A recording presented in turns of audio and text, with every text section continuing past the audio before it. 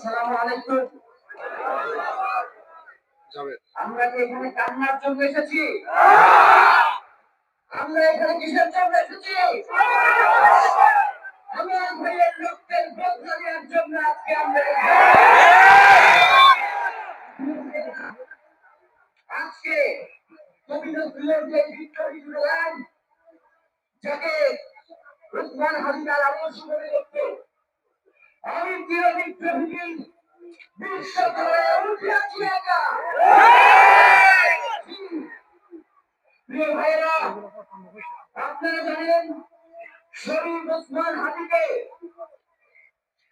এক সপ্তাহ 168 ঘন্টা আগে গুলি করা হয়েছে। এখন পর্যন্ত কি তার খুনিকে গ্রেফতার করা হয়েছে? সরকারের পক্ষ থেকে এখন পর্যন্ত কি খুনিকে গ্রেফতারের ব্যাপারে আপনাদেরকে আশ্বস্ত করা হয়েছে? তারা কি এখন পর্যন্ত আমাদেরকে জানিয়েছে?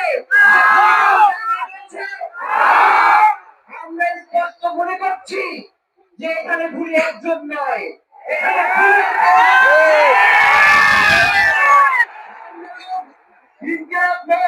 তার পরিবারের পক্ষ থেকে আপনাদেরকে জানিয়ে দিতে চাই, খুনের পরিকল্পনাকারী, খুনের সহায়তাকারী এবং পুরো খুনি চক্রকে বিচারের আওতায় নিয়ে আসতে হবে। আগামী 24 ঘন্টার মধ্যে স্বরাষ্ট্র উপদেষ্টা তাদেরকে জনতার সম্মুখে এসে তারা এই খুনের ব্যাপারে আগামী গত এক সপ্তাহ কি পদক্ষেপ নিয়েছে তাদের সম্মুখে জানাতে না পারে তাহলে তাদেরকে কল্যাণের জন্য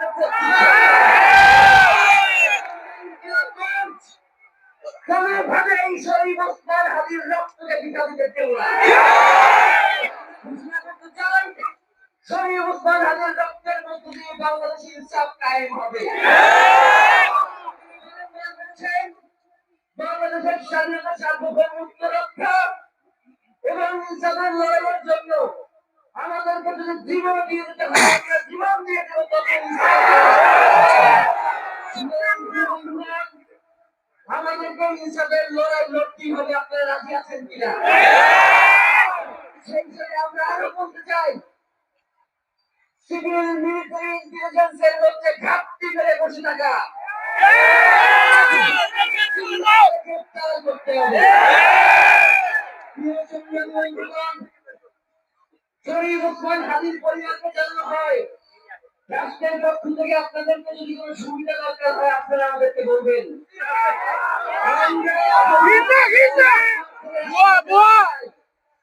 যদি এই রাষ্ট্রকে রক্ষা করতে শরীফ ওসমান হাদির পরিবারের 5 সদস্য তার ভাই বোন বোনদের যদি রক্ত লাগে তা দেওয়ার জন্য প্রস্তুত রয়েছে। এই খুনিদেরকে চিহ্নিত করে বিচারের মুখোমুখি করতে হবে। আপনাদেরকে আরেকটা ঘোষণা দিয়ে আজকে বক্তব্য শেষ করতে চাই। ওসমান হাদির নিরাপত্তার জন্য কোন জায়গা থেকে তার লাশ নিয়ে দেওয়া হবে আমরা জানি না। ওসমান হাদি একটি মৃত, তরুণের মধ্যে চিহ্নিত হয়ে যাবে।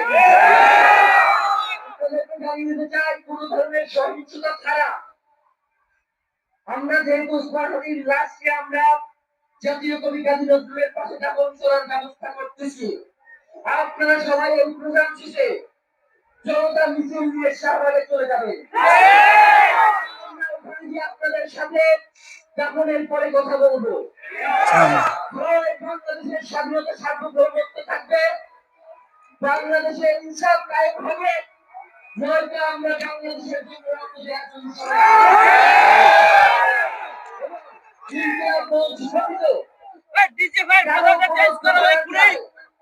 আপনারা কোন ধরনের সহিংসতার পথ বেছে নিবেন না। পক্ষ থেকে আপনাদেরকে জানাবো কখন কি ব্যবস্থা গ্রহণ করতে হবে। আমাদের সকলকে, এই লক্ষ লক্ষ মানুষকে আজকে শরীফ ওসমান হাদির জন্য যারা এসেছেন, শহীদ শরীফ ওসমান হাদি, তাকে আমরা সবাই দোয়া করব এবং তার যে লড়াইয়ের পথ, তার যে সাংস্কৃতিক আন্দোলন, তার যে আধিপত্যবাদের বিরুদ্ধে লড়াই, আমরা সকলে সেটাকে একসাথে প্রতিহত করবো। জিন্দাবাদ, ইনকিলাব জিন্দাবাদ, নারায়ে